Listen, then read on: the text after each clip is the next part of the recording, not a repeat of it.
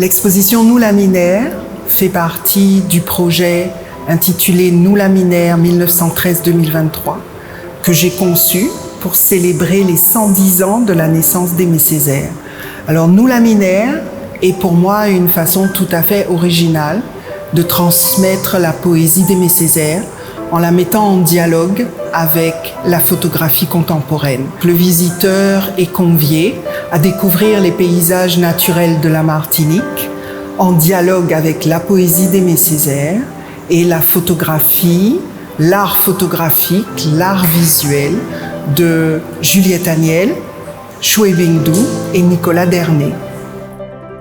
À partir de l'idée de Colette Césaire, il s'agissait de choisir des photographes qui mettaient la nature au cœur de leurs propos, au cœur de leur démarche. Mais le point fort, c'est cette rencontre entre la poésie de Césaire, cette poésie face à la nature martiniquaise, qui se croise avec des regards tout autant poétiques, mais variés, avec des formes plastiques différentes sur cette même nature.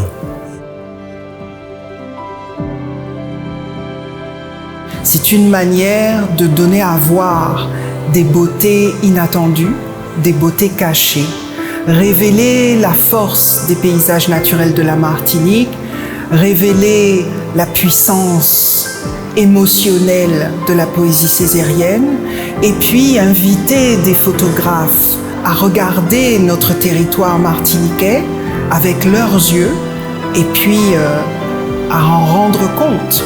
Comment voir la Martinique et comment voir la Martinique aussi lorsque on est invité à la voir sous l'effet de la parole d'Aimé Césaire. Qu'est-ce que la poésie d'Aimé Césaire apporte à cette façon de voir, de considérer la nature martiniquaise? Je m'appelle Nicolas Dernay, je suis photographe et je participe à l'expo Nous Laminaires autour des paysages de la Martinique et de l'œuvre poétique de Césaire.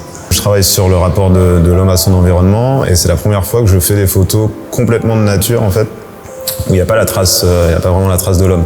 Le but c'était vraiment de pas suivre, de pas être dans la démonstration ou l'explication, l'illustration, mais au contraire d'aller chercher justement cette émotion. Donc il y avait aussi la notion de temps, d'aller passer pas mal de temps dans la nature, d'attendre que quelque chose se produise. J'ai utilisé ça aussi dans les photos en faisant des expos longues, même 2 jours en fait, pour montrer ce côté vivant. On voit ça sur quelques photos de mangrove où il y a une branche qui bouge. Donc, essayer de montrer cette nature vivante en prenant un temps qui dépasse celui de l'instant photographique en fait. J'espère que j'arrive à transmettre une idée de grandeur de la nature, parce que je crois que c'est ce qui me traverse au fil de mes séries, au fil de mon travail, que l'homme puisse prendre conscience j'aurais pas dit sa petitesse, mais presque, et sa place du coup au sein d'un environnement beaucoup plus grand. Et je pense que voilà, c'est ce que j'essaye de transmettre à travers ces photos. Je suis Juliette Agnel, photographe. Je viens d'avoir le prix Niepce. Au début, j'ai arpenté le pays sans appareil photo. Mais une fois que j'ai ressenti des choses, j'avais plus une intention qui était là, naissante. Beaucoup sur cette question de l'espace, et puis sur le fait, il y avait les mornes en fait qui m'ont fascinée moi. Ce qui était assez compliqué par exemple, c'était l'immensité de la nature. Je savais pas comment je pouvais traduire ça en fait à travers la photo où on perd la notion d'échelle s'il n'y en a pas. C'est aussi pour ça que j'avais besoin d'un tirage qui était assez grand format, qui ait une relation au corps, à notre propre corps d'observateur, du public, à l'image, quoi. Et dans ces idées de panneaux, de triptyque, de quadriptyque aussi, dans cette continuité de l'espace en fait. Donc c'est aussi ça, au niveau de la forme, qui donne du sens à la façon dont j'ai abordé la nature ici. Faire découvrir la poésie césarienne à travers la photographie, c'est une chose, mais la donner à entendre aussi à travers l'écoute, les mises en voix que je fais des poèmes d'Aimé Césaire. Pourquoi? Parce que écouter la poésie césarienne, lorsqu'elle est dite à voix haute, c'est une manière de la comprendre. C'est une manière de la comprendre mieux, c'est une manière de la découvrir et c'est aussi une manière d'abolir les frontières. Vous savez, les gens, ils sont encore très impressionnés par cette écriture qu'ils ne connaissent pas ou qu'ils connaissent assez mal.